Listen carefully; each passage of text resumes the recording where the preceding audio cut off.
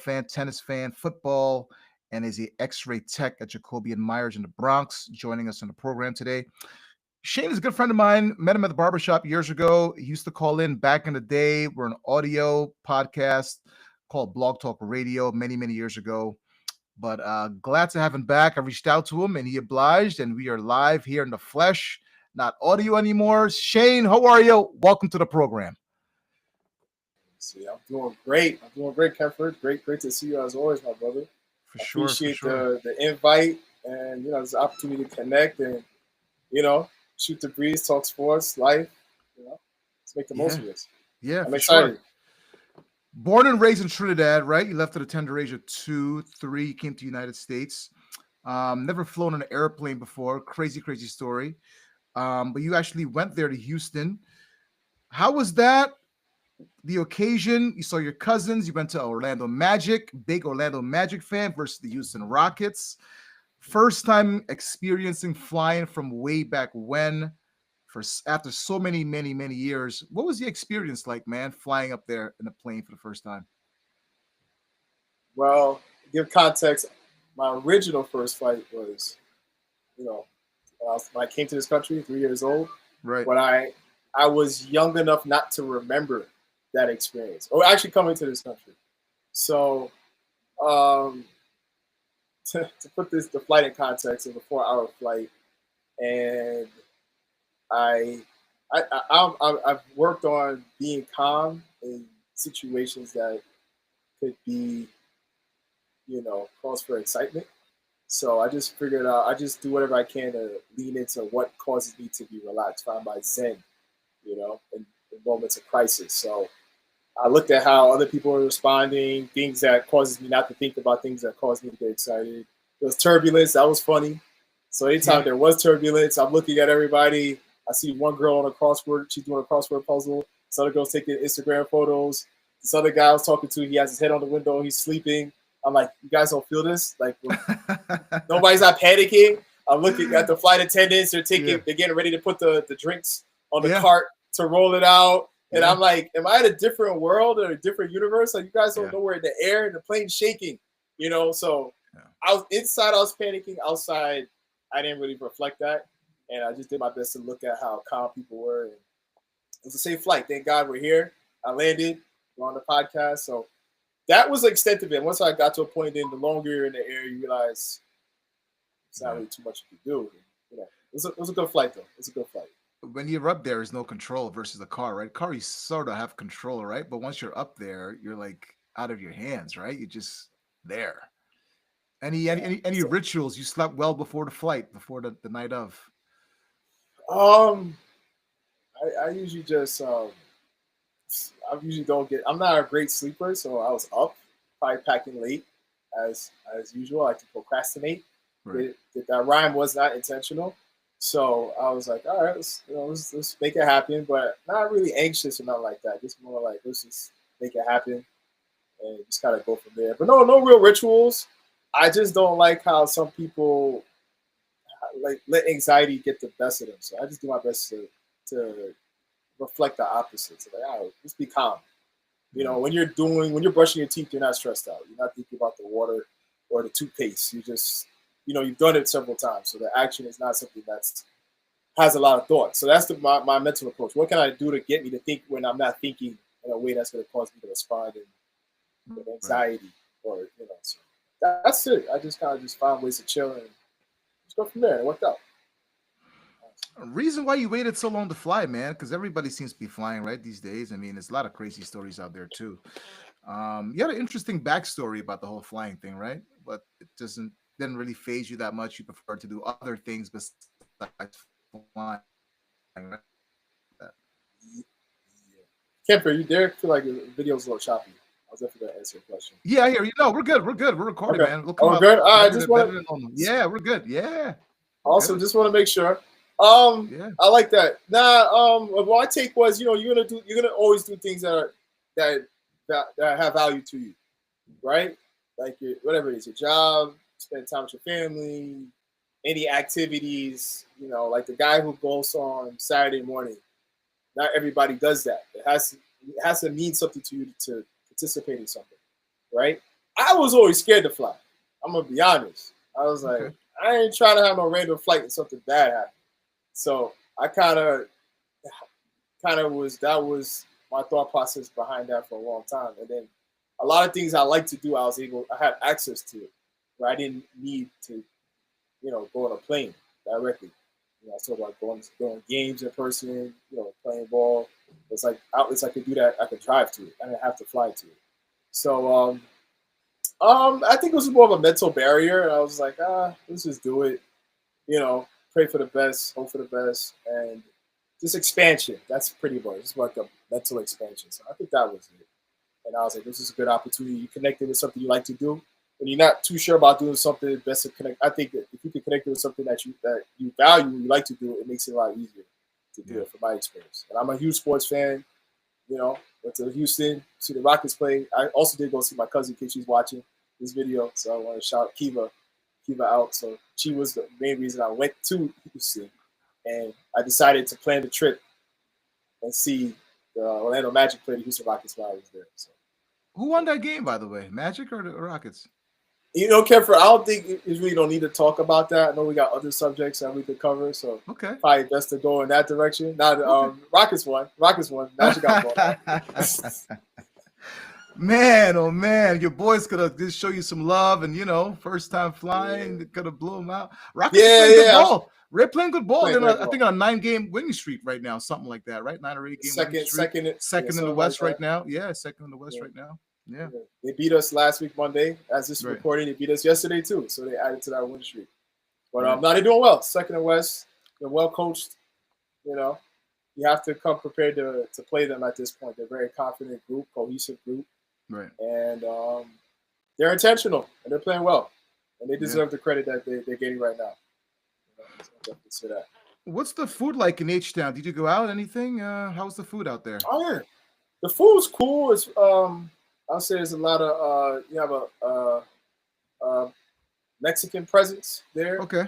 I don't know if that's PC. I could say that. I don't know. Things are kind of crazy these days. But a lot of there's a diversity of food there, but a lot of Hispanic food. You got different options there, but a lot of options there. It looks good. Right. I would say so. Okay. Very cool. You've been on cruises, right? Destinations. You've been to the islands, right? Back in the day, cruises you've been on before. Yeah, I've been on one. When I went to Bahamas, they stopped in Bahamas and stopped in Grand Turks. Okay. Which I heard is like the fake Turks and Caicos or something like that. But it was good experience though. Weather is awesome, ambiance, and I've been on one, but it was a good experience, great experience. Honestly, I would do it again. I was saying, man, ever think about ever going back home to Trinity and one day make it out there back home, see where you grew up, where it all started? That's a great question. Maybe next year.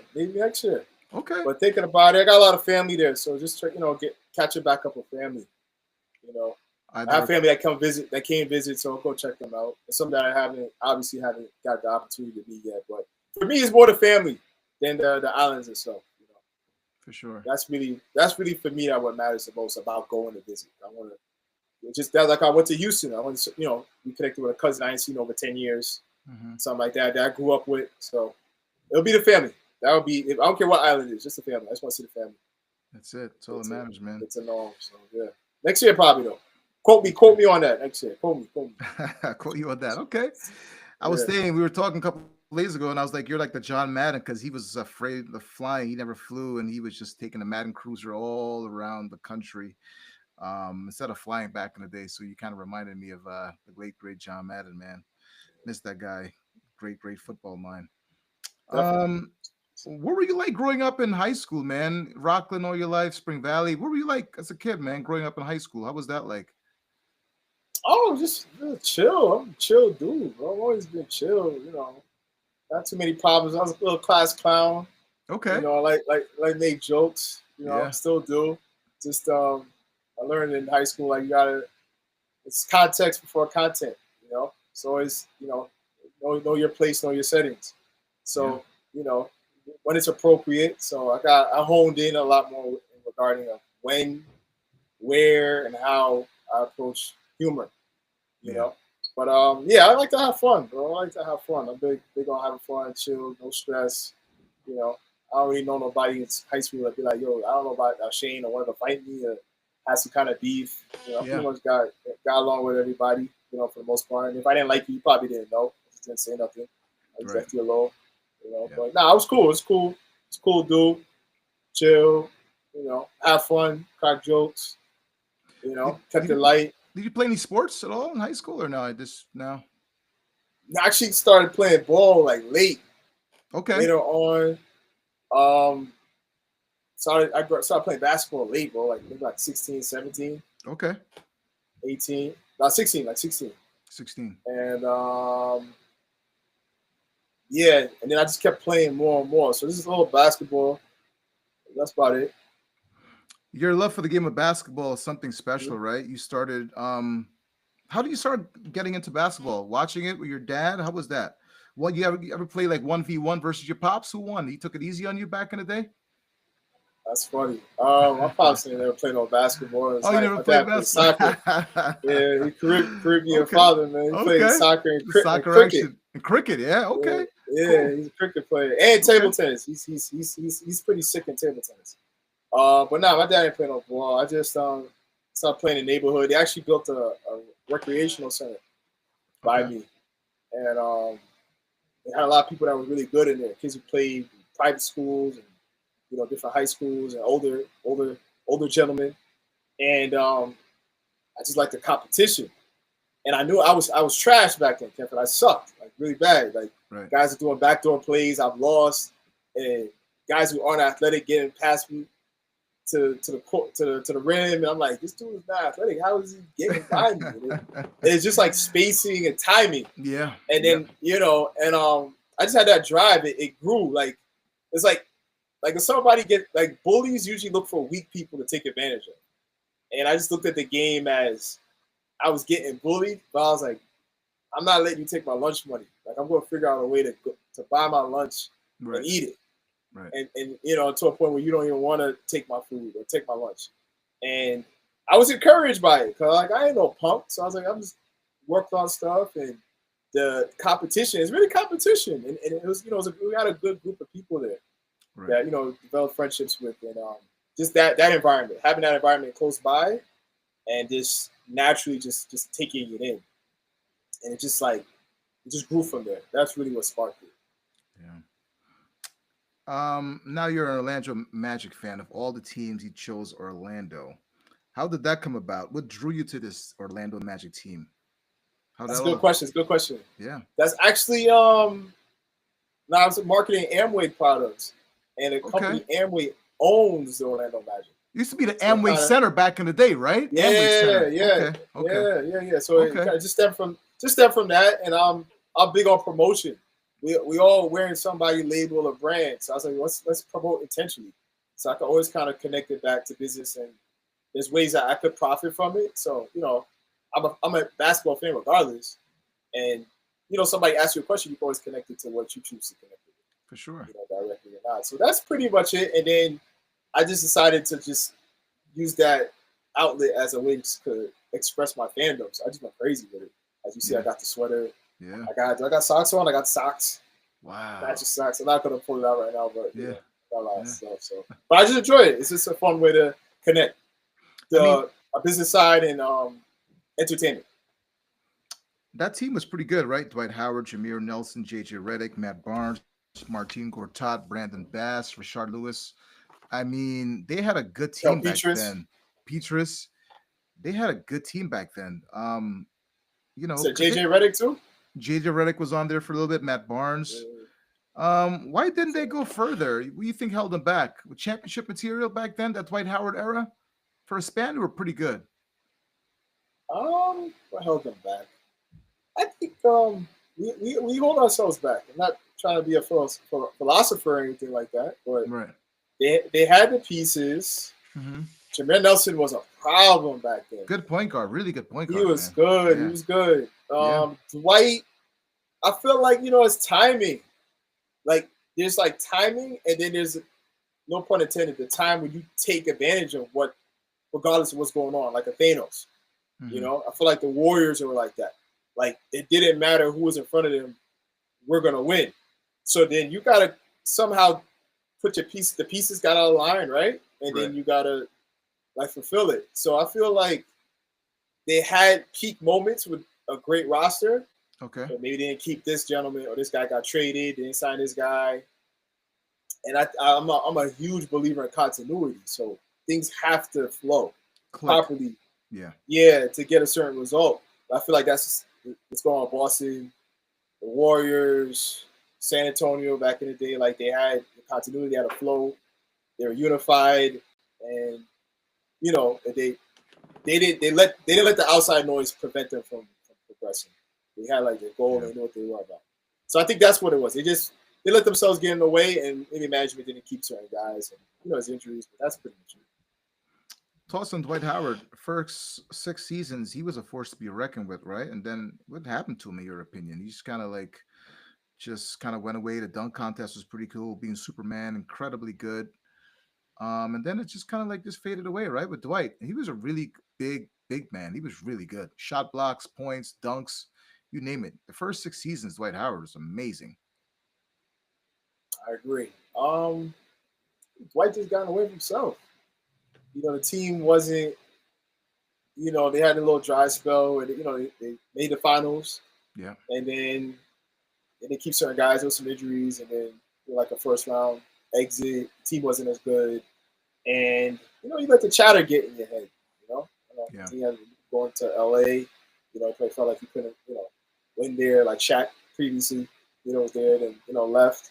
So I think Dwight just got in the way of Dwight, honestly, because he never won anything. And I'm not saying that like slight him. Right. It's just if you're gonna figure it out, you're gonna figure it out. I don't care what your jersey is. You gotta play the game. Court. So I think this see that. My cool story I got when I was in Orlando many years ago. I used to go around the country, arenas, baseball tours, and all that stuff. I was at that game. I think it was Game 6, Orlando versus the Lakers. I don't know how I ended up there. I was at that game, and I watched that game. That was Kobe's fifth and final NBA championship. Just surreal Mm. seeing him won that championship and clutch that trophy at the end.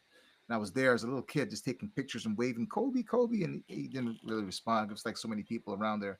But just Yeah. being there, I saw that fifth title, man. It was amazing to see, and it was like you said, the Amway Center. But that team's special. Actually, Heidu Turkoglu as well too. He's a sharp shooter. Heidu Turkoglu, man, that guy could shoot. Yeah, Magic were special. That period of time, they were really special, man. But seeing Kobe won that championship, this fifth and final championship was pretty surreal. What's your take on this current Magic team? The roster. You Ooh, like how they're constructed. Thoughts on Pablo Banquero? Are you a fan of his? I want to answer all your questions. The construction of the team right now, they can make some improvements. I think we've held on to some players. Way too long. Yeah, Okay. and I think the team, the morale is up. I think that's great. But I think there's certain guys. I'm not gonna mention names, but I like these guys. I know that they're working hard, they're doing whatever they can. But I feel like they need to make some changes to help them propel them to get to the next step. Because right now, they're shooting deficient on the perimeter, and they're primarily focused on working from I don't say inside out, but the free throws, that poor percentage, and they really got to come up a better roster that's a higher percentage shooting team on the average. Outside of the Paulo that you mentioned, Paulo Banquero, I think he's awesome. Made an Okay. all-star second year in the league. He's definitely trending in the right direction. And he was hurt this year for a good portion of the season, so that kind Yeah, of played just into it. came back. Yep, just came Yeah, back. to the wins and losses for the team, but Paulo, he definitely has first team All NBA potential. He's a good player. I'm excited about Paulo Banquero. And other players on the team too, Franz Wagner for sure. Suggs too, he stays healthy. And I think there's other pieces that I feel like can help move along, some young pieces that can help move forward with the roster as they continue to make moves. Yeah, I was gonna say, how far do you have him going this year? What kind of moves would you like to see happen this offseason? A big name like Kevin Garnett, maybe I was gonna say Kevin Garnett, but a KD coming in there. some big free agency splash, build around Pablo, maybe a rookie in the draft? At this far, me personally, I always got to say championship. Okay. Because my thing is, no matter what, you have, because if it happens, you said it. Okay. If it doesn't happen, right, nobody said it. That's what people say, right? So that's your mindset. Right? That's your mindset. Okay. You have to at least say it. Okay. Because it's a possibility. Is it probable? No. It's a possibility. So championship, win as many games as you can. Okay. For that, right? Okay. As we're right now, it's going to be tough for us to move forward. We're not as good as we were defensively. So just being an honest assessment. Right. We get out the first round. We must have did something really well. That's where we're at. But right now we're struggling. We got a lot of work to do because other teams they have things figured out. KD, I don't want a KD. He's 36. I don't really want older players. I feel like it's high risk, maybe high risk, high reward because it's like Kevin Garnett thing. You can win a championship with them, and then after that, the stock plummets. The trade value is not as high, so it's like a win now type of thing. I don't really like win nows because it's like I'm transcending different sports. It's like the Chicago Cubs. Yeah. I remember they had what's the homie's name that throws 100 miles an hour? Chapman. Yeah. Chapman. You got Chapman, right? And they won, and then boom. I don't know what's been with the Cubs since then. They were productive for a little while, and then that's it. So I'd rather have a younger player like how the Lakers did with Luka, 26, something to that. Well, obviously Luka's a first team guy, but somebody younger that's ascending. Yeah. And go from there. Because I'm big on the youth. Because Paolo's like 21 or 22. Fonz is around the same age, 22, 23. And 90% of the best players in the league are in their 30s, close to their 30s. Brunson, Jaylen Brown, Jason Tatum, LeBron, Kevin Durant, Stephen Curry, James Harden. These guys are older, but they're better players. So if you're younger and you do what you need to do, at some point these guys ain't even going to be here. You're not even competing with them. So it's easier to take over that way. Who comes out of the East and the West to be in the NBA Finals in June? Who do you got? Okay, so the Orlando Magic don't make it in the East. Okay. I got kind of leaning towards the Cavs. Cleveland. Kind of, yeah. You got the jersey on, yeah. Are the Cavs for real? Everybody been saying all year. The Cavs for real? Like, you hear about them, you see them, they're doing well all year, but they're not on TV that much. They're for real? Cavs for real? Okay. They're for real. Because one of the main things, they have continuity and they have confidence. Okay. And they believe. You can't. It's like the David Goliath thing. You can't really beat somebody who believes they could. You could beat them, but they're gonna really give you a hard time.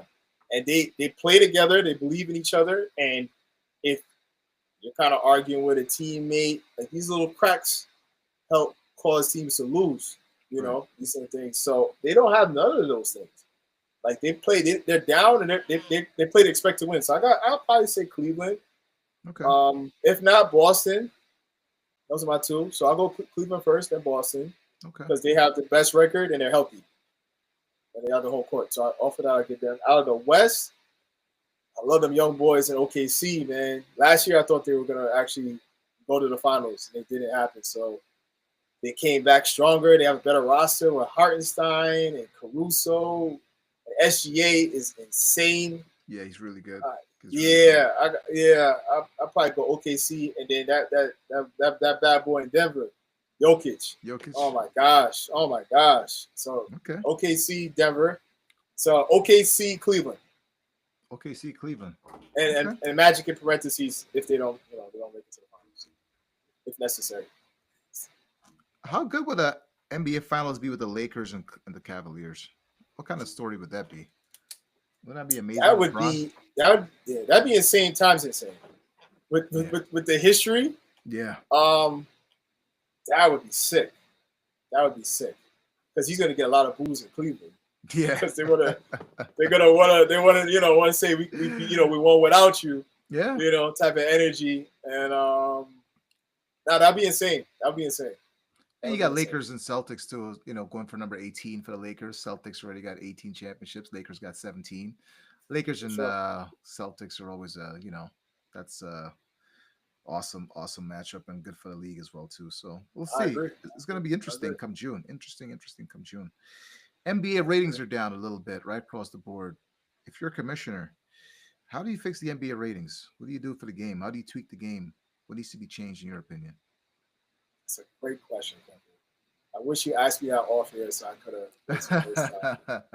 What would you do? One What thing you can? would do. One thing you would do to change the game. Yeah, one thing. Speed it up, change the clock maybe, shorter season, take away the three, push it all the way back. You know, the rule changes, bring back hand checking, a lot of Maybe things, a lot of tweaks you can do to one the game. thing. Yeah. Uh, I would see if we could get more games for people want to see instead Okay. of just the names that are names for names. Just kind of get a better poll of who people want to see and have those games be put on there. Are you a fan of maybe a shorter season? 82 games, too many games? Oh, nah. Kevin, basketball is my biggest drug, man. I need more hits. Baby, nah.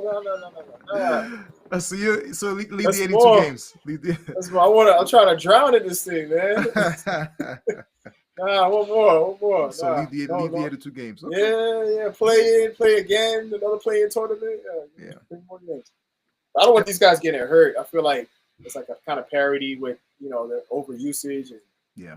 time frame. So I'll just be more effective with the schedule. But nah, let's keep it 82.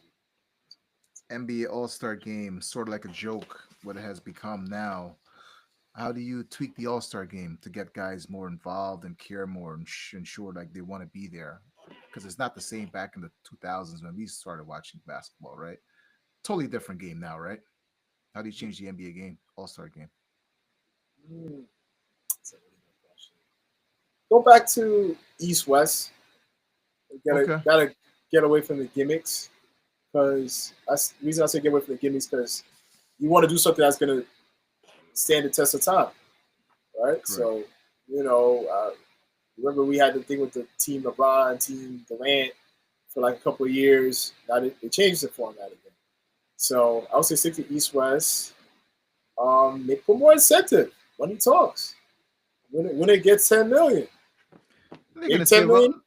well, these guys are already millionaires. They make a lot of money. I'm gonna give them more Well, 10, money. I said 10. I never heard of that. 10 million each. 10 million each. Oh, 10 million each. Let's do Wow. that. Yeah. That's my team. 1 year, and if you get a better product, we keep it. All right. Yeah, I'll go with that. Luka Doncic to the Lakers. How surprised were you by this? Did you see this coming? Who got the better deal, Lakers or Mavs? Short term, long term? Who got a better deal in this trade? You think? Um, to say I was surprised would say the least. This has been I since I've been watching basketball. Say probably 03, 02. Okay. Maybe 01. Little Iverson, LA, stepping over to Toronto Blue Jays, right? I've never seen a first team all NBA player, 25, 26 years old. I haven't checked his age, get traded from the team that drafted him Yeah. for an older all star, maybe a pick or two. Yeah. I've never seen that since I've been watching basketball. So I was baffled, still baffled that trade took place because Luka Doncic is better than Dirk Nowitzki. But Dirk Nowitzki did Dallas Mavericks a championship with the team, obviously. So I'm really surprised. Who got the better of the trade? Yeah. I think my answer is in my answer. I didn't even talk Lakers. about what Dallas got. Yeah. Yeah, definitely. AD Luka played like Doncic. one game and then he was hurt. He hasn't been back since. They downgraded him to like AAA ball and G League ball to have him come back. And they lost Kyrie. He's out for the year now. So the season's pretty much over, right? For the Mavs, right? I think so. I think they're trending in that direction. And I think AD was never as good as Luka, even his peak. So the trade didn't make sense to me at all. The value, the pieces that add up. So yeah, Dallas. I'm not sure what direction they're going. I think obviously something's going on behind the scenes to, like I said, to have a player of that caliber traded for like peanuts and some cashews, not even like organic cashews. We're talking like GMO ones. yeah, for sure. You know? And So, very surprising, man. I thought it was April Fool's. I was like scrolling on my phone. I got the message. I'm like, is this like a joke? Like I was resetting my phone, like multiple times, and it was like real. I was just like, couldn't believe it. Happened like at 12 something when I was in my car coming home from work. It was like surreal that happened. And that's kind of like energized the Lakers organization as well too. With LeBron, Yeah, seems like he was more happy than ever, right? But that sure, went down. sure. You think Nah, LeBron I knew? You think think LeBron knew this trade was happening? He said he didn't know. Everybody, a lot of people said they don't know. You think he knew that something was going on? all I know is Bronny James is the that's a second round pick. Got a multi-year Yeah, contract. He's the first in the history to do that. For I think he's a 50 round, 50th pick. That's that 55th, range. 55th pick. He's Yeah, a 55th. 55th pick, last pick So in the second round. Yeah, yeah, so I think LeBron definitely has some influence. They want to keep him in town. To say he didn't know, only he knows. only he I knows. don't. Yeah, I don't. I want to say he didn't, but if I had to bet, gun to your I head. say he did. Yeah, he knew. Yeah, He knew because I don't think they want to do something that he didn't appreciate. yeah, Especially when it was quiet. It really was one of the quietest trades ever. Like there was yeah. no trade talk that I ever heard for Luka Doncic. In a day of social media, right, with everything going on in the world, and Yeah, nobody for knew sure. anything. It was Just, quiet, just so surreal. he probably knew something. You Especially have, with JJ. Good. yeah. I'll let you ask your next question. No, Go yeah, ahead. with JJ. Go ahead. Yeah, go ahead. No, it's a JJ. This is buddy. He's podcasting now. He's coaching. He's in front office. Yeah, Luka.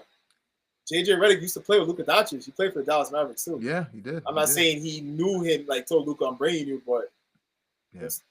there's things there. There's connection pieces there. So Speaking of JJ, he played for your Magic then with Luca. Are you high on JJ as a coach? How do you think he's doing in his first season with the It's a Lakers? great question. I'm super high on JJ. I love JJ's mind. He has such a great basketball mind. He's very comprehensive. The Right. way he explains the game, I can't stand LeBron. I have to say that on the podcast. I'm an ex-fan. I used to be a fan. So I'm rooting against him, but it's going against me rooting against JJ. Because I'm such a big JJ guy. I want to see him succeed. So it's counterintuitive. It's Yeah, contradicting. yeah. All these fancy C adjectives. It's Right. giving me all of that. So I like JJ. I want to see him succeed. So Okay. I don't want LeBron winning no championships with JJ. So if they want to trade LeBron, I don't know, and let JJ win a chip, I'm okay with that. But I don't want to see that. I'll just leave it at that. But I love JJ. I'm a big JJ guy. Huge.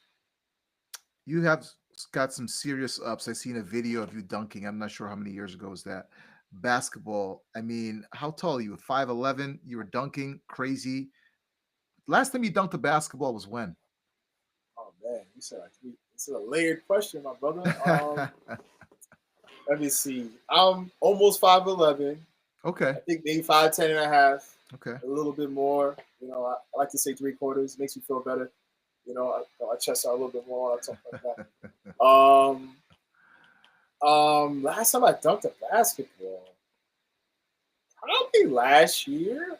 Well, it's still Okay. early this year. So last year, Okay. yeah, definitely last year.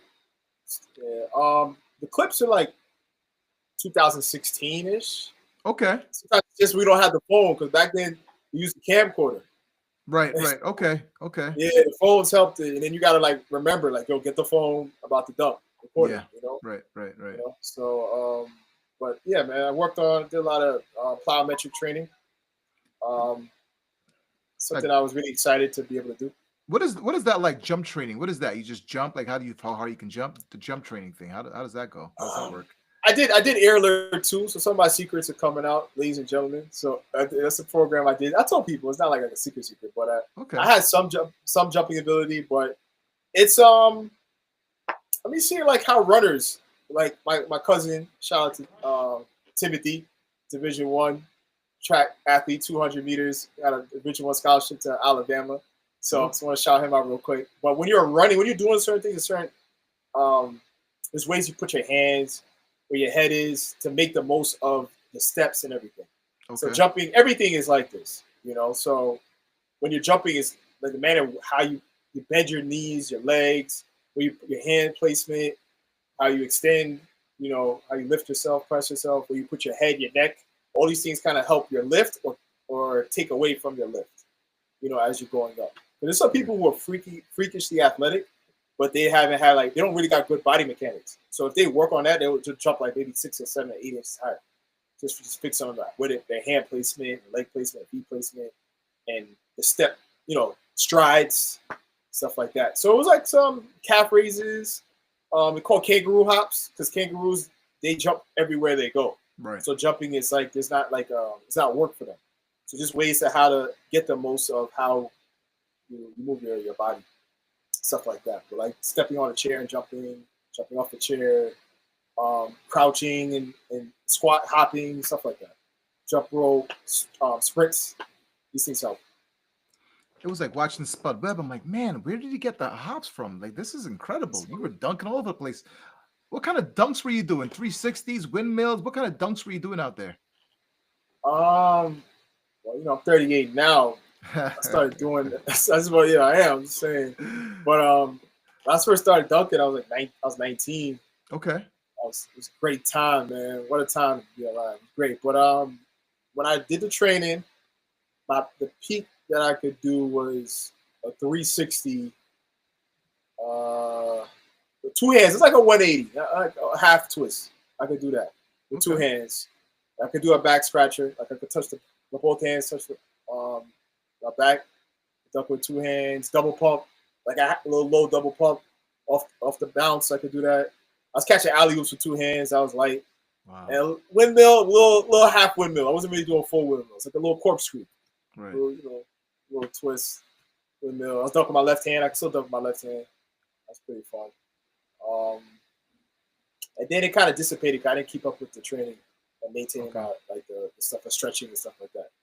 So it started to fade. So it's still, I can still do it, but like I always say, I gotta wake up, drink a cup of coffee, stretch, eat oatmeal. You know what I mean? Run, Bengay on the legs. I could still get one in, but it's like I gotta charge up that battery crazy now. Before you can wake me up at 4 o'clock in the morning and say just throw it off the backboard and boom.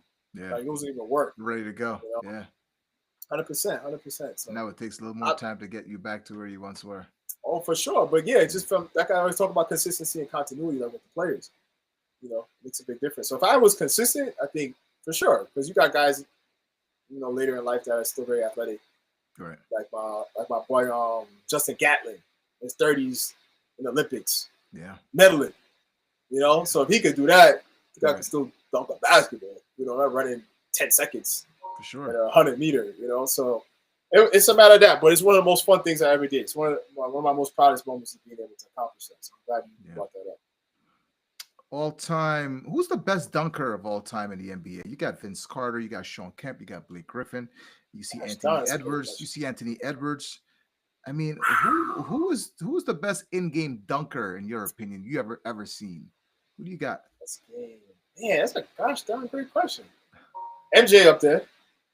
MJ was nasty, yeah. MJ up there. I love Kemp.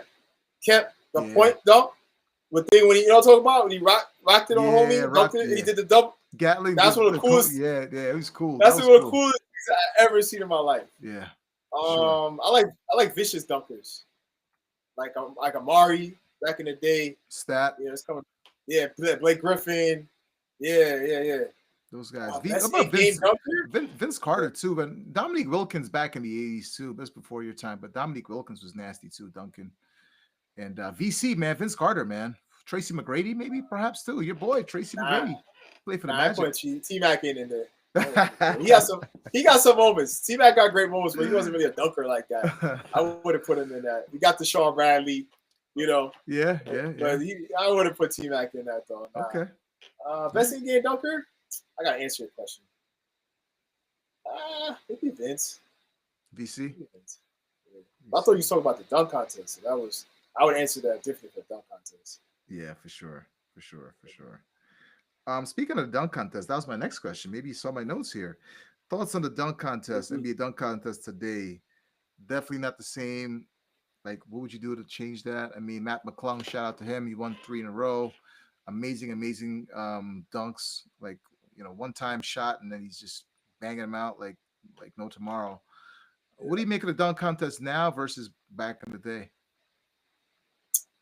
Dunking is one of the things that attracted me to basketball like huge time. So I'm always gonna be a fan of dunking. You know, so um, what makes it better is just better dunks and continuity. I'm playing this word out, but you got guys who don't have no flair.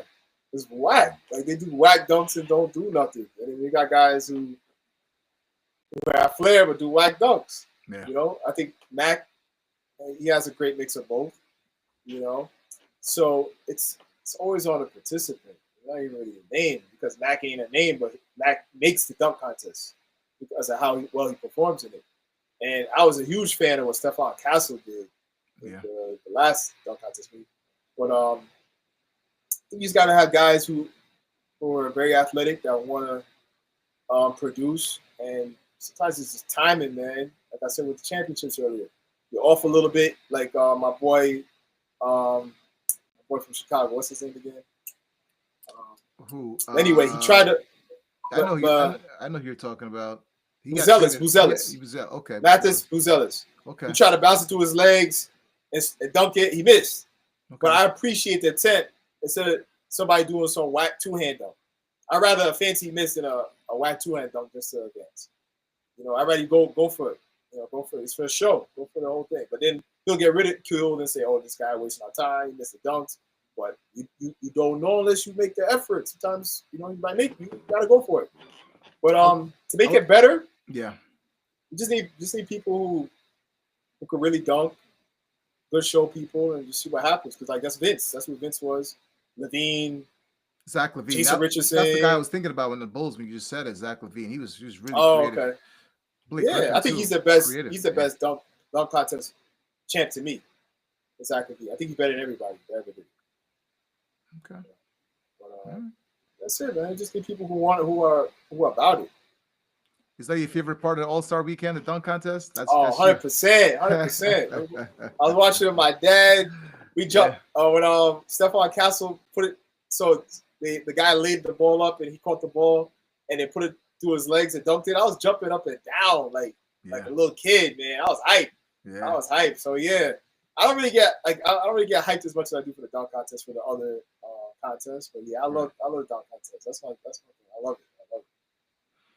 That era back in the day, we saw some true centers, right? Hakeem, Olajuwon, Rick Smits, Ewing, Mourning, Dwight, Shaq, Mutombo. The list goes on and on. Big men really don't exist anymore, right? In the game. You surprised by this? You think the big man position that should come back, being a true center? Because guys now out there shooting threes now, right? Centers are shooting threes now. Yeah, true. The thing I love about the game, just sports in general, is the mental aspect in terms of what can I do to advance the most effective way where you're not able to stop me. You know, but I could be productive. So if you could make threes like Steph, why not? You know, shoot them. You know, Wembanyama shoot them. Or like Jokic, I would consider him, he's like, you know, not a non-traditional center that is playing in this era that shoots threes, but he still play post up. So if you have something that's working well for you, I'll say utilize it. Okay. Traditional center, why not? Because when you're effective on the court, people got to play to you instead of you playing to them. So if traditional is not your game, or you don't feel like you can effectively produce in that manner, scrap it. Don't even waste your time with it. Yeah. But like SGA, he shoots a lot of mid-range shots. He don't shoot threes. And he's leading the league in scoring. And the league is all about threes. Yeah. So what does that mean? He's producing, right? The whole point is producing. It's playing to his strengths. Yep, for sure. So that's my take. Just figure out. I'm with the traditional thing, but don't figure out a way where it's going to lead to wins. Okay. You know, and just, take it from there.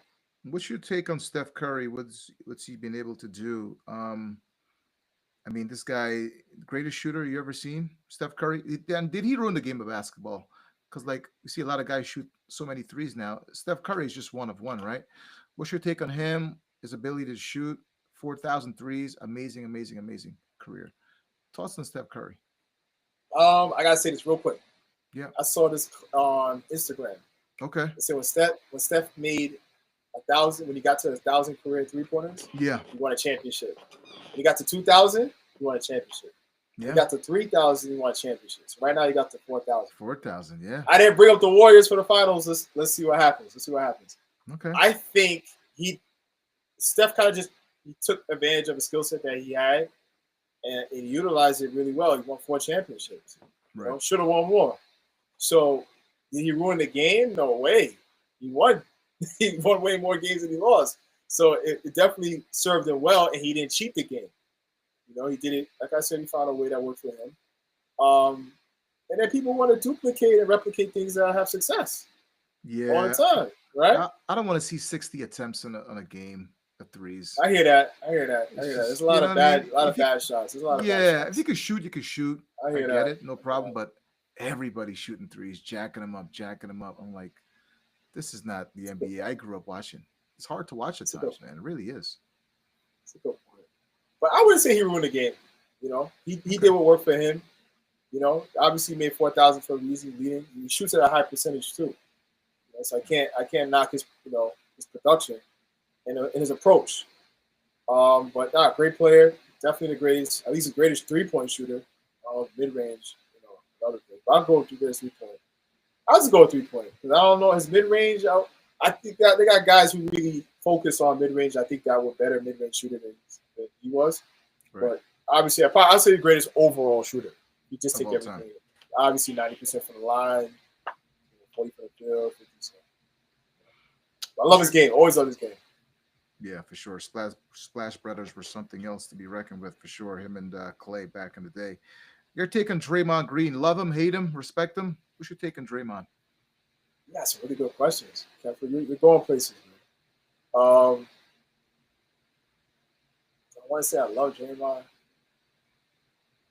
I'm close to loving Draymond. We're close. You're close. Some of these fouls and certain things. Yeah. I don't want to be the guy. Like you have certain parents. The kid is not. He's misbehaving. He's a delinquent in school. They say he's going through a phase. Mm-hmm. No, you're not going through a phase. You got a bad kid. He needs to learn some discipline. I don't want to be the person. Go ahead. I think if he was a teammate of yours, you would love him. If you played against him, you kind of hate him, right? Kind of like that. I think. Well, I like Draymond a lot. Okay. I like players that impact the game in multiple aspects. Okay. He can pass the ball exceptionally well. He's a facilitator. He rebounds. He plays defense. He blocks shots. He gets he communicates on defense. Yeah. A lot of players don't impact the game in multiple aspects. They could just shoot or just play defense or something. Like Jason Tatum. To me, he's just more of his impact on the game is on scoring. I don't think of him as a defender. He has a big name, but I want a complete player. Draymond Green, for sure. And 4 chips, right? So it's working. My point is, you gotta do something that's gonna lead to the wins.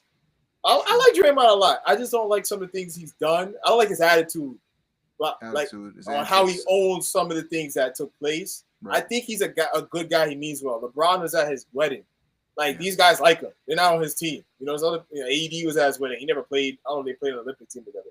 So a lot of people. I see he has a great rapport, but he gets in the way of himself, So that's my take on him. I think he means well. He could do better. We all could do better. That's it. But I like his game a lot. I always like Draymond. Not always, but when he started getting more opportunity with Golden State, I was like, this guy's really good. Yeah. If you understand basketball, you understand its impact. For sure. So that's it. Take on Steve Kerr. Justified not playing Jason Tatum in the Olympics last 2 games this past summer? Hard feelings. Want a gold medal, right? They want a gold medal. Justified. Okay. I mean, people could say Jason Tatum, MVP, coming off that season, NBA champion, and you're not playing this guy in the last final 2 games. But the end result is they won a medal, right? So they just win a medal, a gold medal. So if he won, would they want a golden medal? If he played more? No, I'm not trying to be. I'm not trying to be funny. Yeah. I'm just saying, what if him playing would have made? Maybe they would have missed some. I don't know, but the result was a chance. It was a gold medal. Definitely so as a team, Steve Kerr, right? Definitely a tough decision for him. Yeah, I mean, as a team, you shut up. The point is to win. So, if you, like Halliburton didn't really play nothing. They needed him to play. Want to go medal. Maybe they might have won it a little easier if he played more. I don't know. I can't. I'm not gonna take away how he can impact the game. Maybe there's some guys he didn't mesh well. Maybe like because like I said, Jason Tatum is more of a one-dimensional player. I mean, not playing defense as better as his colleagues like Holiday or White. Yeah. These guys are gritty players. They're coming in there to get whatever needs to be done just to win. Sure. I don't look at Jason Tatum as that. I look at him as a guy who I like to say he's a cute basketball player. He's gonna take the sidestep threes, all the fancy looking stuff. He's not diving on the ball. I don't remember seeing Jason Tatum. They have to find a clip of Jason Tatum diving on the ball. And they have to go to like his rookie season.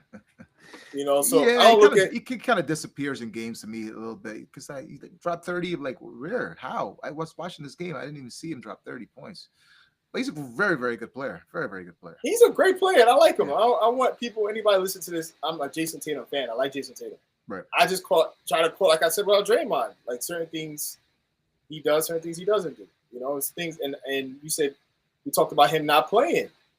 But Jason Tatum, all I'm expecting is scoring. That's it. Yeah. I don't look at him as a defense, like a different defense, impact, hustle, take a charge. Yeah, none of that. He don't do it. He does that. Yeah, he might kind of do it, but not. I don't feel like he fully sells out to doing other things besides scoring. Right. Yeah. But great guy. But like I said, gold medal. If he didn't win a gold medal, you would have more of an argument. They played Tatum, but they won a gold medal. So, because peak game, I don't know how much he played, but they pretty much could have won without him. Because they already won it. So that's my take on it. Next 4 years from now, there's another Olympics. Tatum can get more minutes. Okay. Best team right now in the West, you got OKC, right? The Thunder, SGA. You love his game, love his move set. He wins MVP this year, or another Jokic MVP in the NBA season? Best team in the West, got to go with the young boys, Oklahoma, OKC for sure. Yeah, SGA got the MVP on lock. He's leading the league in scoring. Okay. I think he's having like a Michael Jordan season. Like the only person average like 32 points, 5 rebounds, 5 assists, 1 block, 1 steal, and he's shooting 50%. Yeah, like 53% from the field, something insane like that. Multiple 50-point games, multiple 40-point games. I think he has like 60 games consecutively with 20 points.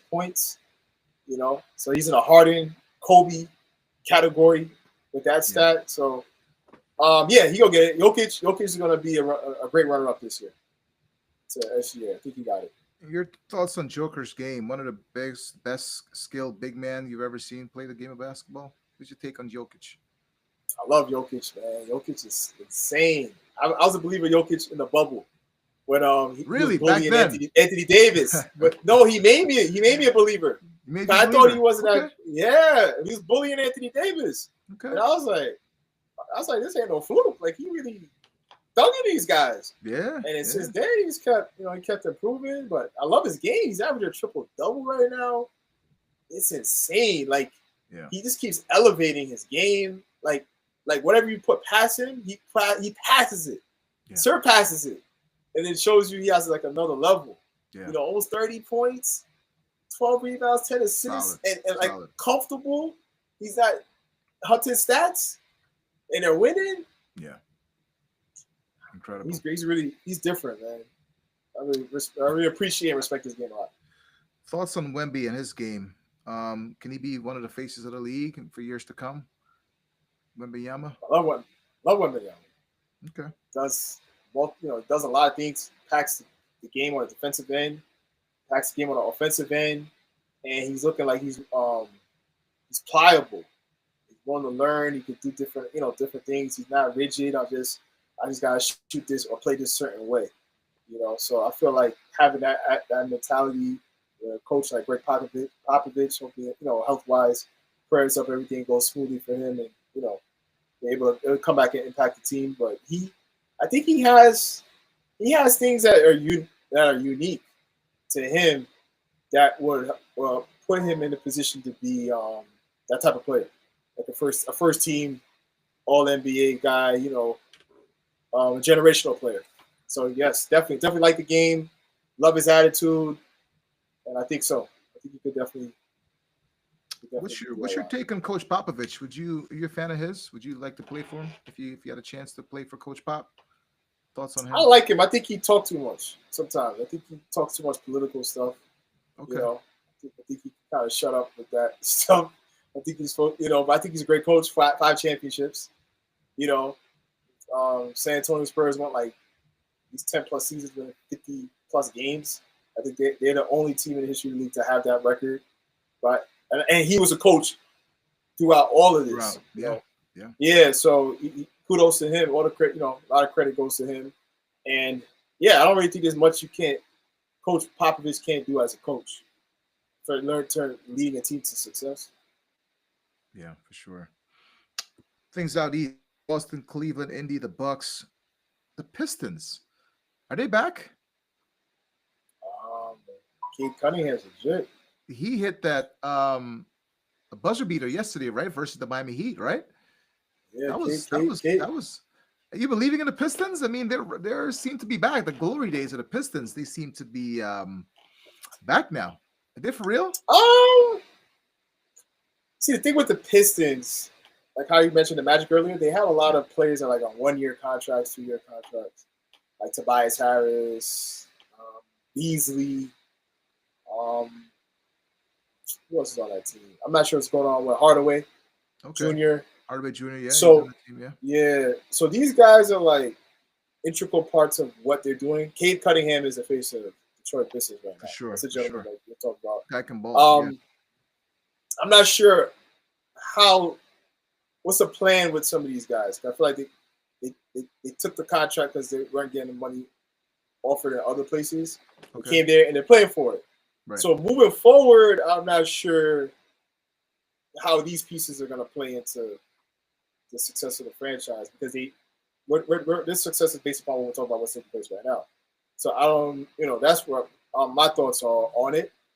But Cade, confidence, like I'm saying, sound continuity.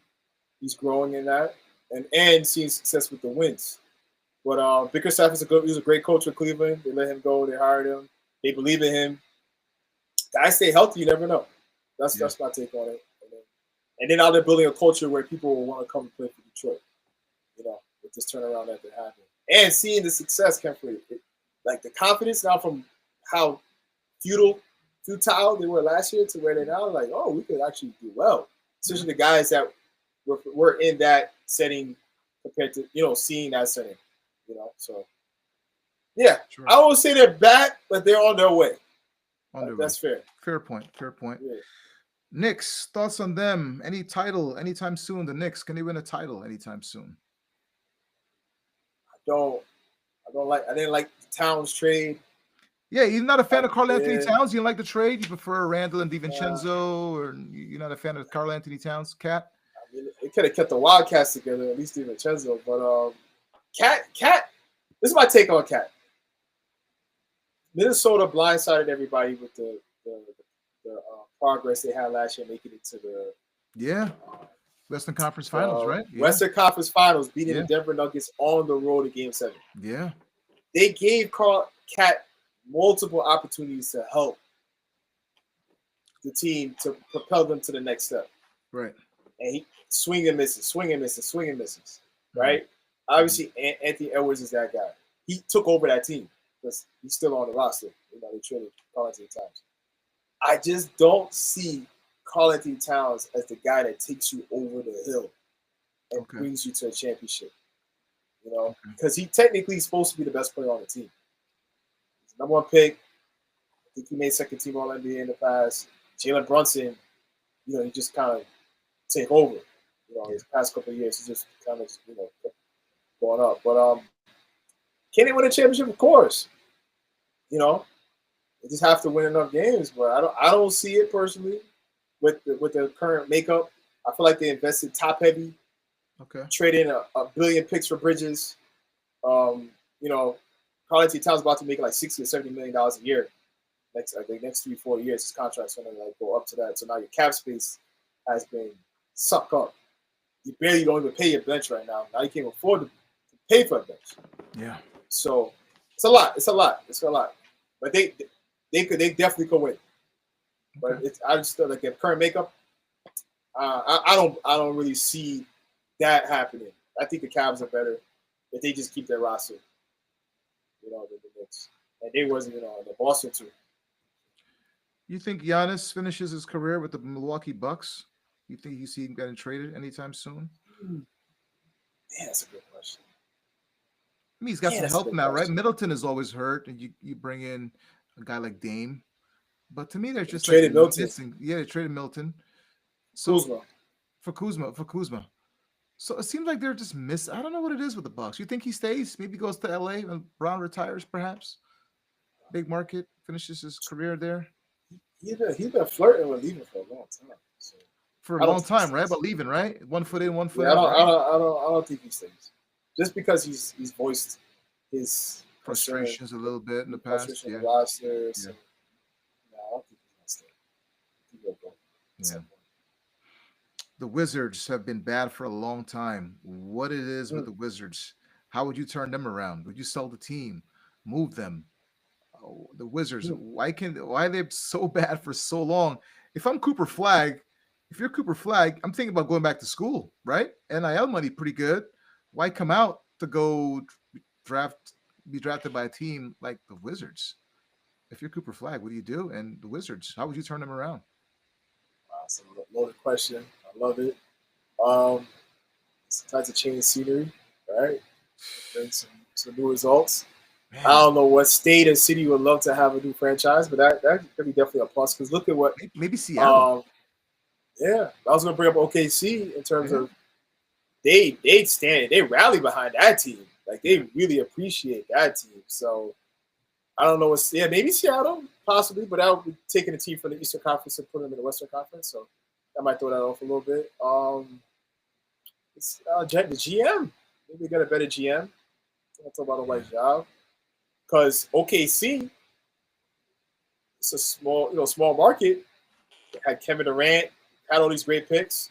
Westbrook, Now Harden, they rebooted the all whole thing, start MVPs, all over, and look what they are right now, right? and I heard they got a boatload of picks, first round picks. So Boatload of picks. Yeah. yeah, so we got a better. The GM just got to do a better job. Um, I think it starts there because they invested a lot in Jordan Poole. It's not Yeah, that was paying terrible. off. That was terrible. Yeah, The John yeah, Wall thing didn't work out. That was a bad contract too, So yeah. just bad timing, bad contracts, just not drafting well. The fans are suffering. In the end of the Yeah, day, some small young good pieces, but they kind of just need to start over. I don't know what the GM is doing. yeah, That's what I would say. And yeah, just start from scratch. Maybe like I said, go to Seattle, get a new GM, and blow the whole thing up. man, you said Cooper Flag. I don't know. Yeah, if you're him, what do You you trade do? some guys. If you want to be drafted by the Wizards, Well, or you think about going back to school? NIL money's pretty good. I'll go to Wizards. If I had an opportunity to go to the NBA, for sure, I'm taking Okay, it. And I'm a big believer. You write your own road, your okay, path. Like you make that team that. Like Wembanyama, whoever. Like these guys, or Zion. Like Zion is probably my favorite player to watch. When he's healthy. hmm, But he's an impact when he's on the court. The Pelicans, they went through, that kind of in between. They traded out McCollum, but you could turn things around and make players want to come to you. Like your boy LeBron. Cleveland wasn't nothing. LeBron comes, boom. yeah, So we have way more control on the impact of how things go than we give ourselves credit for. So I yeah. think Cooper, with the work ethic, and this is a fact. Things do not have to stay the same way forever. So That's true. Golden State was nothing until 2015. I don't care what anybody says. Now they're one of the most highest value franchises. So, let's see. So how hungry and how what's the desire of making and changing the impact of the team? Yeah. Keep an eye on Cooper Flag and the Washington Wizards going forward. Thoughts on Kobe, his legacy. How will he be remembered by you? What's your take on Kobe and his passing? Good question. I only playing Kobe's, by the way, his basketball sneakers. Kobe Really? 10s. Kobe Yeah. 10s. Only Wow. Kobe 10s. Only Okay. Kobe 10s. They're great sneakers. great for traction, grip, all of that. So Kobe will definitely remember from the shoe. He made me a believer with the 81 points. I wasn't a big Kobe fan back then, but I was like, gosh, man, this guy's something different. You know, the way he was scoring, the 60, that the year after the 81, he was scoring 60, 60, 50, 50 special. consecutively. So, you know, phenomenal talent. Obviously, you got, you know, the hardware to back up the merit, you know, with what he's done. And, you know, great player. Just a sad to, you know, went to place, but great player. One of the greatest ever. That's it. Very skillful footwork. I'm a fan. I like, you know, he made me believe it. Just respect his game. So respect his game, and he got great sneakers. Kobe 10s. Look at that. Who's in your top 5 of all time, man? Top 5 NBA players of all time. Who's in your Mount Rushmore? That's a good question. Put MJ. Number 1. Okay. I put Kareem in there. Kareem. Okay. I'm gonna put Kobe. Speaking of the man, put your boy. I'll put your boy LeBron in there. Okay. And,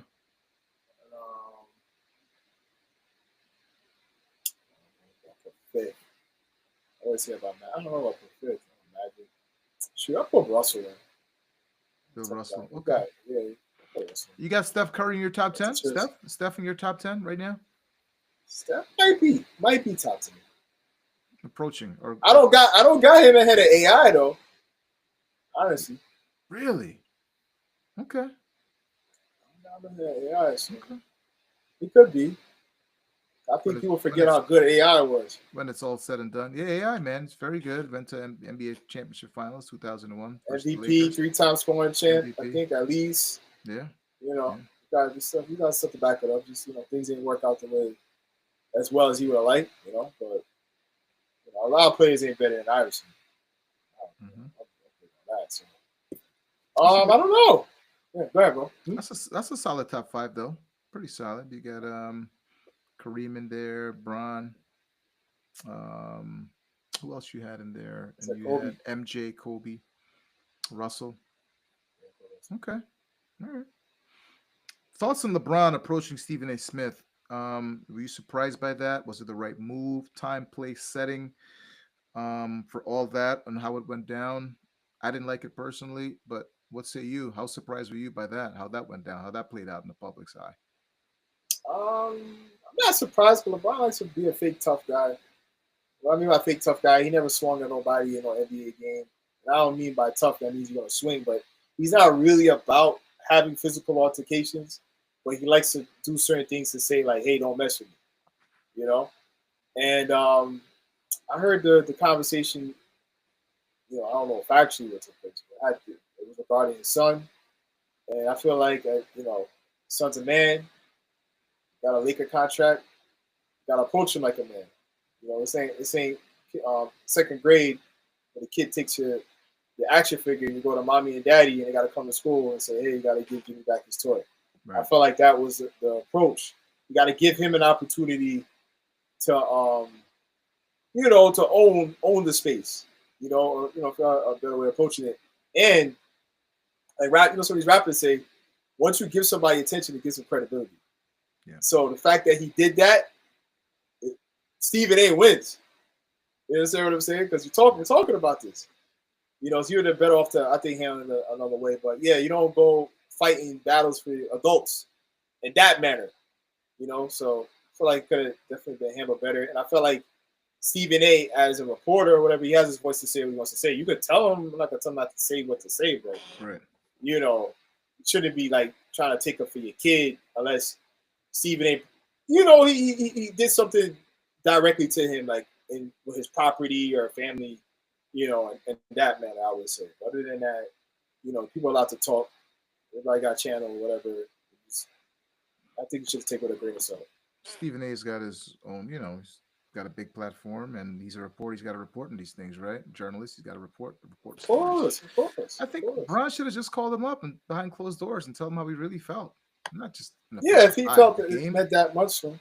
I just didn't like how that came off. It looked really, really bad on Bron's part, but very, very contentious too. Yeah, demonstrative. And it looked like they really had like like a problem with each other. Yeah. Like he didn't know him.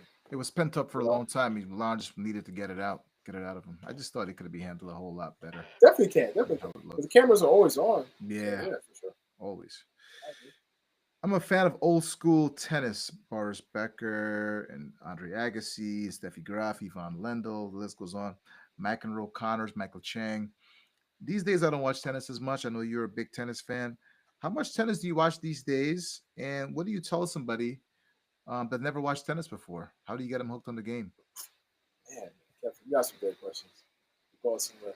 Um, my father got me into tennis. He's a big tennis fan. Okay. And Okay. I always like to tell people, my dad, Australia is like, I don't know, 12, 14 hours, 16 hours ahead of us. Yeah. Some big time gap. So for a semifinal or championship, the games usually come on like 3 o'clock in the morning, or 4 o'clock in the morning. I don't know why, but it's so weird time.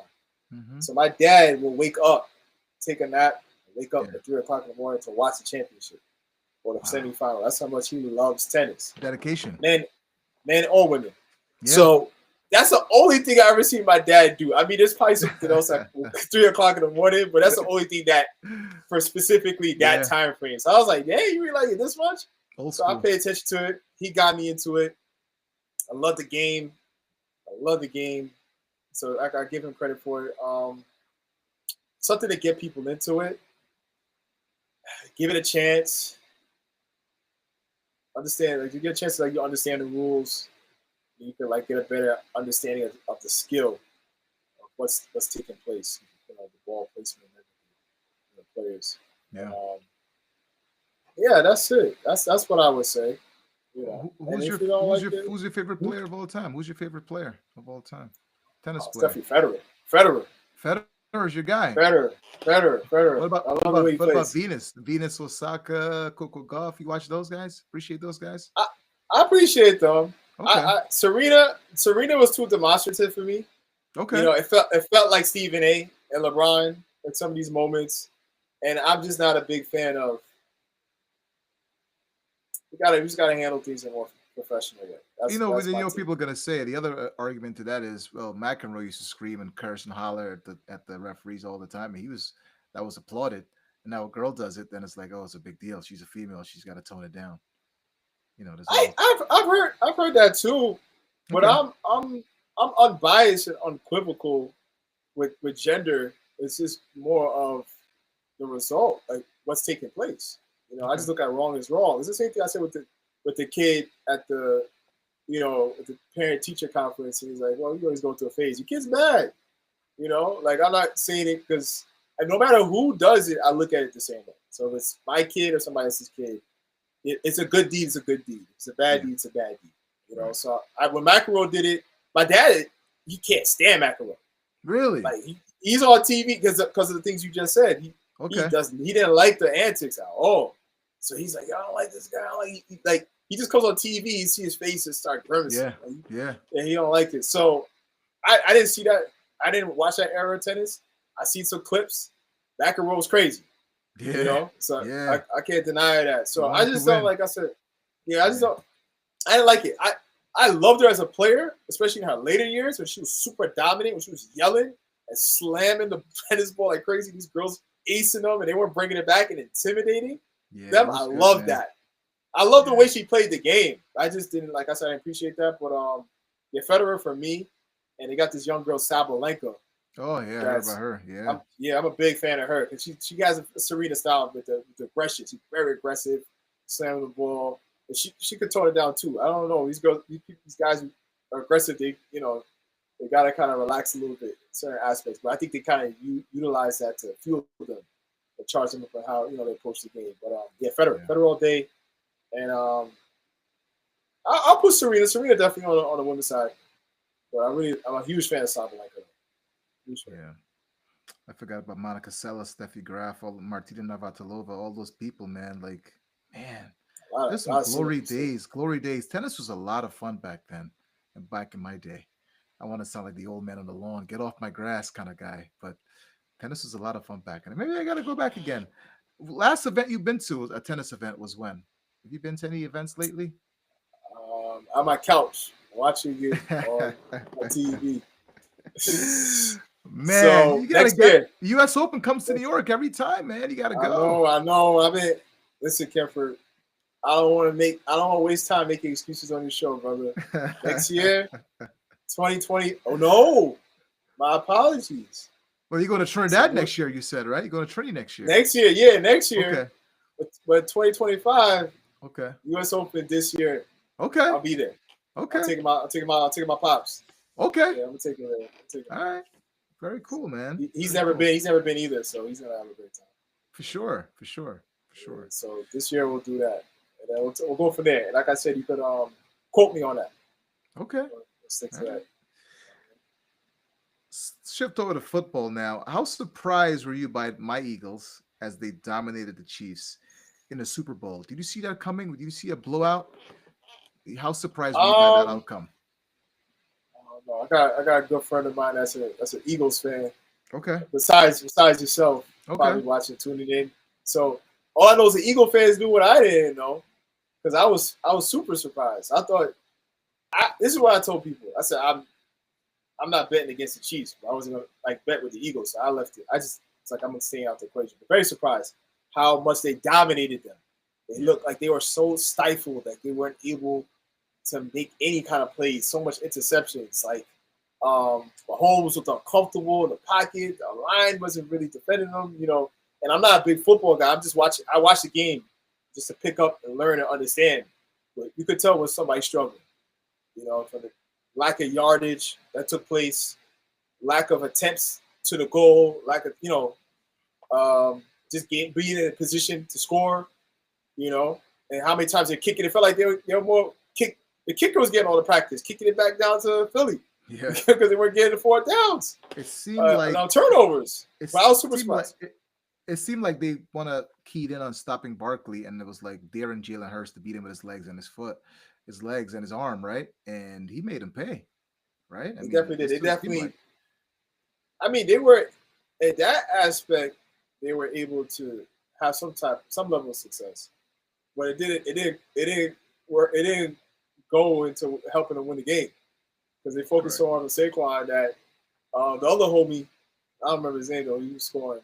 So I think he had like 2 touchdowns. The other guy there. And I don't know, they forgot about the rest of the team. I don't know what they was thinking. But Jalen Hurts played well. So they didn't really slow him down at all. Yeah. He got 1 interception, maybe 2, but then when they got the ball, they didn't score. Kansas City, all those plays. Very surprised. What's your take on Mahomes? Has he got a lot of calls that go his way? Kind of fair, kind of unfair? What do you make of those referees when it comes to Patrick Mahomes? I think, you become a superstar. You get some favoritism there. I think that's for everybody. MJ, Brady, LeBron, Kobe. The list goes on and on. So I think he gets those calls. He benefits from them. I think he's a prime athlete, quarterback. Take away from his production. He got 3 Super Bowls, right? Yeah. Lost 2.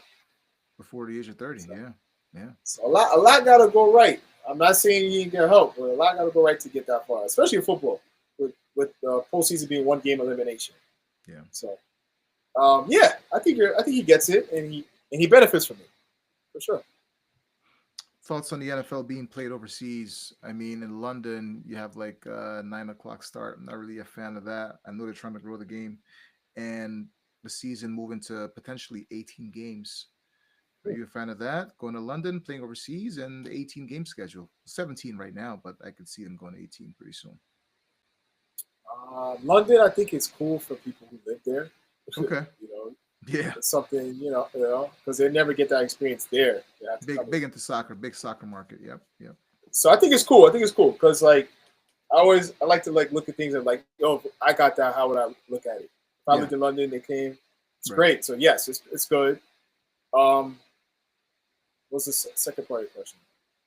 The 18-game schedule. 18 games. Yeah. Football's injuries is a huge. I think out of any other sport, injuries play the biggest role in the American football. So more opportunities to make money, more opportunities to get hurt. So, America's a capitalist society, Yep. country, It's so true. they're gonna lean on that before anything else. Right. That's the reason, the rationale behind increasing the amount of games. The only reason. Um, Gotta find a way to protect the players. I'm big on that, especially American football, because it's tough. You only play 16 games. Yeah. Every other sport plays more than 20. Yeah. So the fact that they play 16 alone once a week tells you that we're barely holding on to what we already have anyway. Yeah. One playoff game. 16, 17. I mean, one game, potentially elimination 18. in playoffs. Yeah. Yeah. It's a lot. So it's a lot. I for the players' sake, I'm not a fan of increasing the regular season. I'm not. Okay. Because of the reality of the injuries that take place. Yeah. You know, doesn't mean you got to get hurt, but like I said, more opportunities, more games, more opportunities, and that almighty dollar, man. Tell you. Yeah. Almighty dollar. It's a lot. They're trying to make a lot. 16 games, so they're trying to squeeze as much money as they can. So I get it. They probably cut down like 2 preseason games. Used to be 4 back in the day, so it might go 2 preseason games and then now to make it 18-game schedule. This is what I got. Yeah, I'm okay with more games if they have more ways of protecting the players financially if they get hurt. Okay, like guaranteed contracts and certain positions. Okay, mm-hmm. I can see that. Then I'll be okay with it. They've got a good union, so I could see them coming up with some kind of thing like they're that. They're able to do something for them for that. I'm okay with it. I've heard stories about guys, tearing their leg apart and just cut. like that, they're cut. Yeah. NBA got guaranteed money. MLB baseball got guaranteed money. Yep. Yeah, it's more games too. So more games, more guarantees. Yeah. That's my political campaign for that. Fair enough.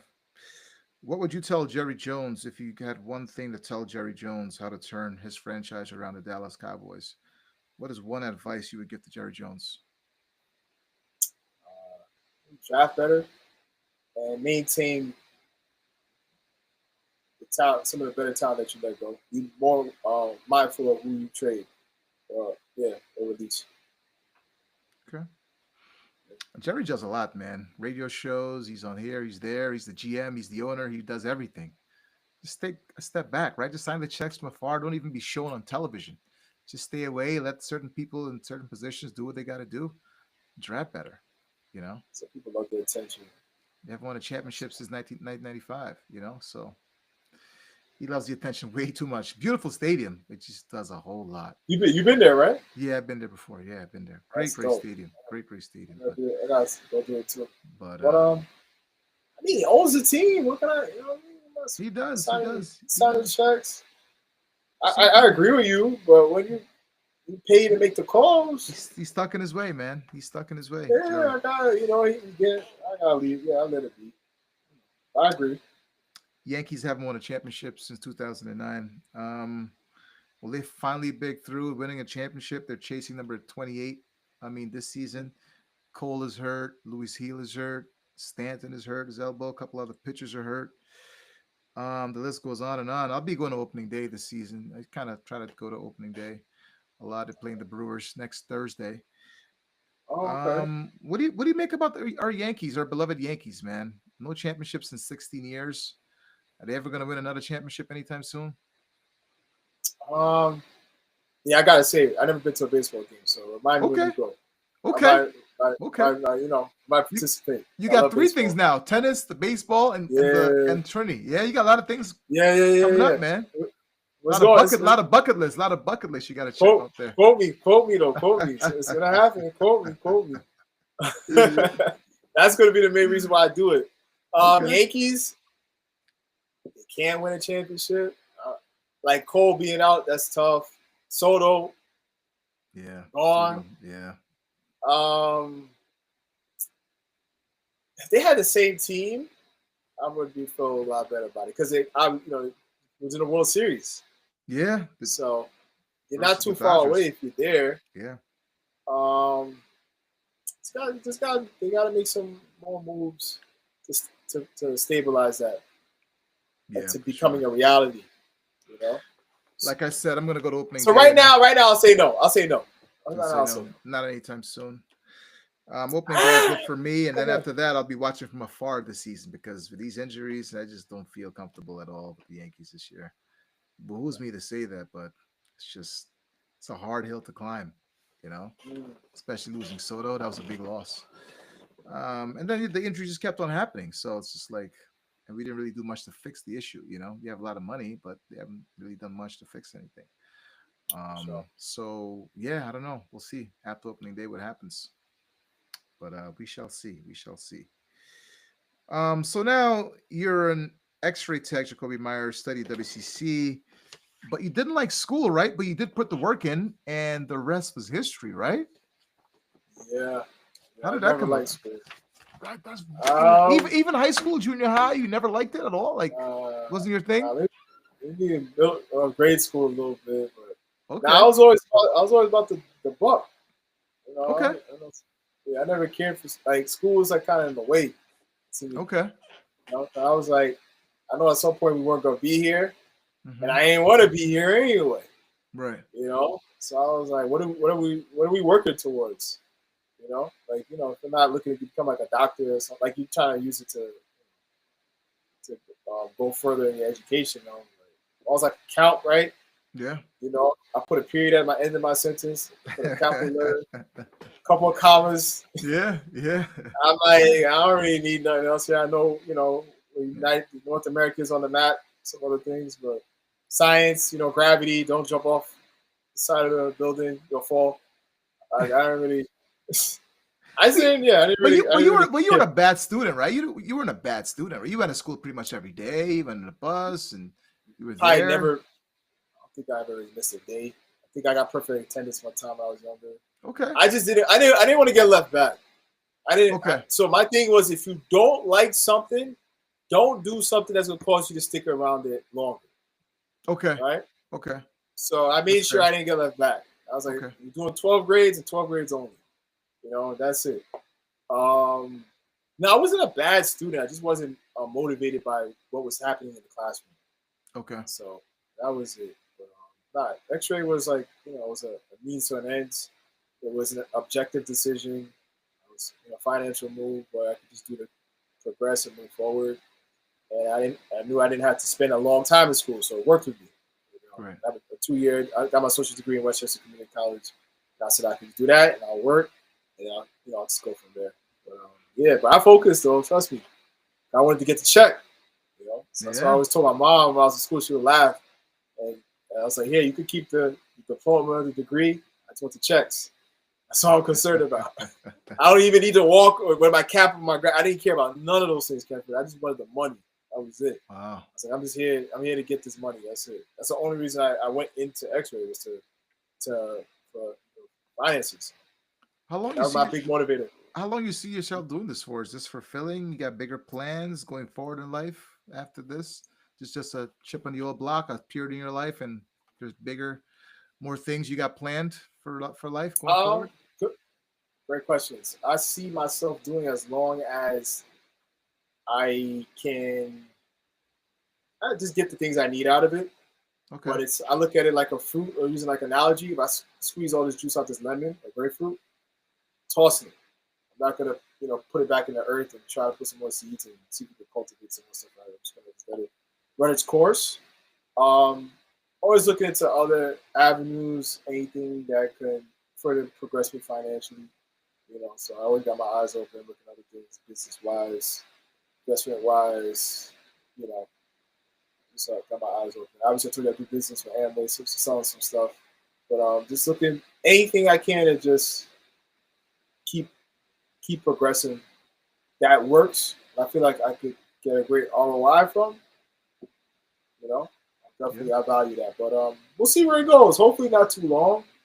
I'm not looking to spend a long time in the field. Just probably this decade. Okay. I wouldn't see anything more than this decade. Any day within a decade where I'll just say I'm good. Not past this decade. What kind of music you listen to these days? Rap today versus back then. Big difference. What do you listen to right now? Oh man, the right answer is gospel music. I need to be listening to stuff that's gonna raise my whole outlook. So I Yeah. haven't listened as much as I do. I got moments where I do, and it's up and down. Right. But if I listen to the street, the secular, the crap music, Future, I like Future a lot. I love the hooks. Drake, he's not talking, he's not filing lawsuits, that type of stuff. I was a huge Jay-Z fan growing up. And then, he's going a different direction. He's not producing music. And some of his ideas and stuff like that are things that he might be participating in, I'm not really a big fan of. So I just I want to, my fandom, it went down. But, yeah, I'm a big fan of like rap. I like fast music. Okay. I listen to Dembow, I'll be saying it wrong. Stuff like El Alpha, like Bad Bunny, that stuff. I like that type of stuff. The fast music. I listen to anything fast, man. Anything fast. I like fast music. I like R&B too, but I like something that's gonna cause me to, something meaningful. A little bit. Yeah. Bopping, not even meaningful. I like Future. Future don't talk about nothing. So just something. Just something catchy. I like catchy music. Catchy music. Okay. Something catchy and a fast beat. Something. Who won that rap battle? Drake or Kendrick? Who won that battle? Oh, Kendrick did. Okay. Because Kendrick caused you to think more, and he captured the audience more. How was his performance at a Super Bowl? You enjoyed his performance? It was cool. I'm not really a Kendrick guy. It was cool. It was cool. Respectfully, I never really listened to his music like that, but not like us. That's a mainstream hit. Diss track become a mainstream hit. Yeah. That's a problem. Favorite rappers of all time? Who's in your wheelhouse? Your top 5 rappers of all time? Who do you got? I like Jay-Z. Okay. Not a hours I spent listening to his tracks. I like Rose a lot. Rick Ross. I like the hook. I love that. I love that. Those beats he had with what's those guys called? Justice League. Oh man, I think it's his 3rd album. Yeah, that album is tough, man. Teflon. I think it's Teflon Don. Teflon Don. I think it's that. That was tough. I like Future a lot. Drake. I like Drake a lot. Okay. Nas. I like Nas. Nas is great. It was 50 Cent. Big time. Okay. 50 stuff for you, man. Not that time. It's not early 2000 stuff. That's the stuff I really like. Do you prefer music back then to now? What's the big difference between music from 20 years ago versus now? What do you think the big difference is? I think now these little kids be saying a bunch of nonsense, especially like that stuff they do in Chicago and Brooklyn, the drill music and whatnot. And these guys ain't talking about nothing but shooting people and ops. There's like real no versatility in what they're doing. I'm not saying it's like as an old timer. It's just like you listen to music, it's just ops. Yeah. And some type of drug usage, and some inappropriate activity with the opposite sex, So I would say older music is more versatility in terms of lyrics and things like that. But it's what you're into. Music is an art, So there's all answers are correct. It's what you like, But for me personally, I would say older. If you won the lottery, what would you do? If you won the lottery, what would you do? Damn. The first thing, just answer the question. Yeah. What would you do? Damn, bro. Oh, I'm Spike Lee. I'm Shane Lee. Of course, baby.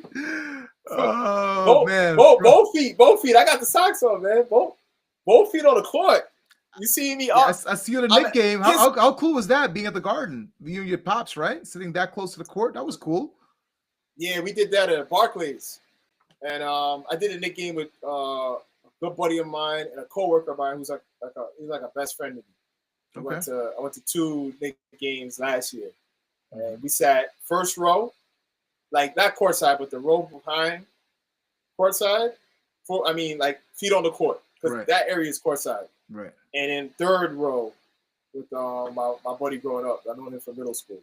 He never been that close. So he was geeked. Blown away. But me, if I win the lotto, oh man, US Open, we right there in the shaded seats. Buy the You know? Wizards, U.S. Open, you know? All of that. Oh yeah, I could buy the Wizards. All I need is like $1 million to buy the Wizards anyway. So you know, can start getting a GM, turn the team around quickly. Yeah, for sure. I'll be a stake owner in Orlando or something. I'll be at a lot of games. Yeah. But yeah, bro, I'm courtside. I help other people. You know, all the cute stuff. You know, I'll get to charity, help my mom buy a house. But I'm courtside. You see me on. I'm like Spike. Olympics. Yeah. You see me everywhere. Everywhere. Yankees. I love that, man. You see me everywhere on close. Yeah. Oh sure. man. If you had one wish, what would you wish for? Damn, I'd probably bring my grandmother back, man. My mom's mom. Wow. She lived to 99. That's cool, man. Yeah, I'd probably bring my grandmother back. That's cool. I still think about my grandma. I love my grandmother a lot. So, my grandparents too. I think about them pretty much all the time, man. It's crazy how we think that way. But yeah, that's cool, man. That's cool.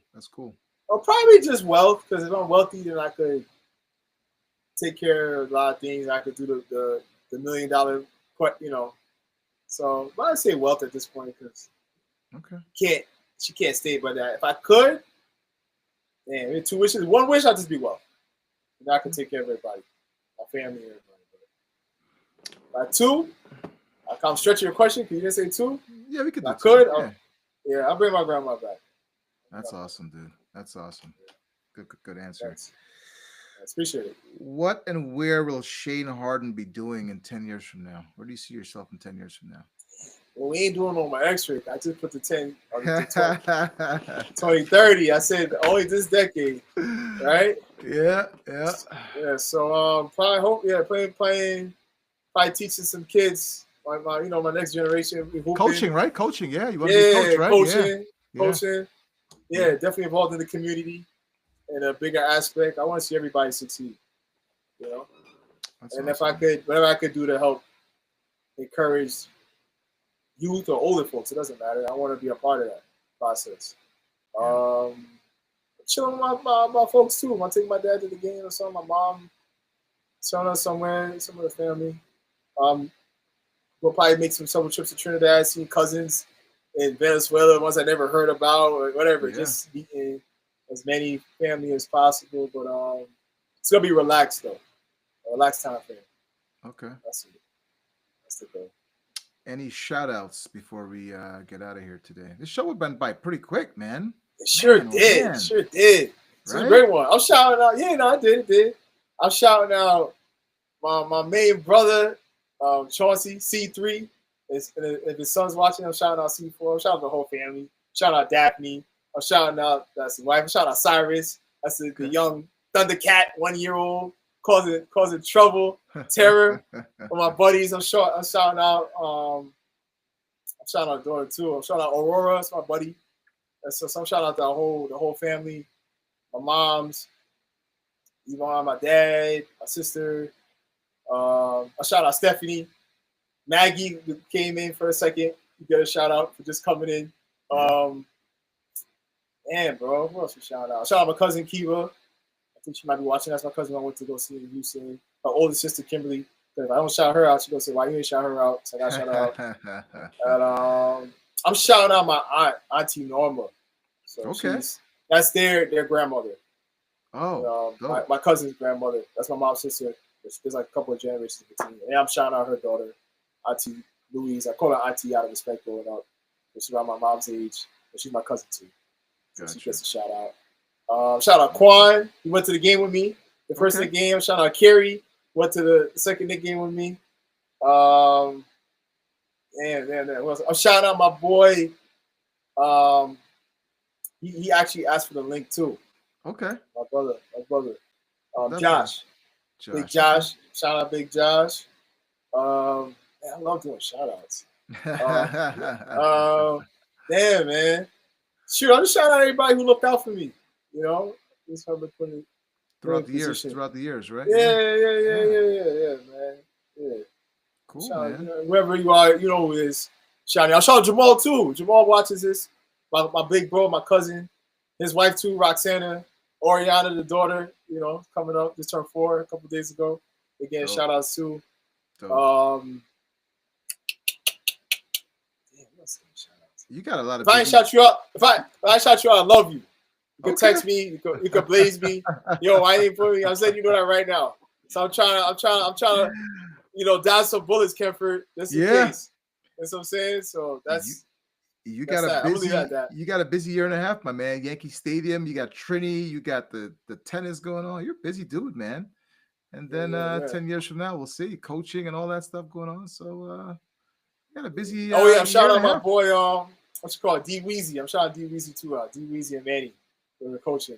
Test it out. And Gene, Rel.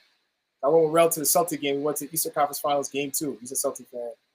And I just went for the love of the game. Drove after work, 3 o'clock, Really? Boston, 4 hours. Wow. And came back 2 o'clock, 3 o'clock in the morning, and worked at 7 a.m. and did a double the next day. And I was going to everybody. I was like, yo, guess who was in Boston yesterday? Holla at me. Like, yo, you wilding. You are crazy. Like, yeah, I'm crazy. What you was doing? You was out home watching TV with your burnt refrigerator dinner, microwave dinner. That's what I'm saying. That's hilarious. That's hilarious, man. Yeah, but my cousin Timothy, I shouted him already, the track star, the whole family. My mom's side of the family. My Uncle Wayne, I gave him a quick shout out. Ori. Everybody, man. I love all y'all, man. Y'all know where y'all are. You know what I mean? That's it. Dope, man. Hey, I don't understand, absolute pleasure having you on today's show, man. Much love, success to you moving forward. And maybe we'll do this again down the line, down the road. You never know. I'm with it, man. If you just want to talk just sports too, I know this was like, overall aspect of my life and different things. It was fun, Awesome. But yeah, you want to come back in the day, we used to just go in on the first round of the playoffs or this or that, Okay. And we didn't talk about LeBron versus MJ talk either. So we'll just save that for a whole show. Yeah, we'll save that for I'm part ready. 2. I got. You said you got 8 pages of notes. I got 80 pages of notes on that. So, when you ready, just make that call. Trust me. Okay. Definitely make that happen. He's Shane Harden, everybody. Thanks for joining us. Appreciate you guys on Facebook, YouTube, and we'll see you guys for part 2 down the road. Have a good night.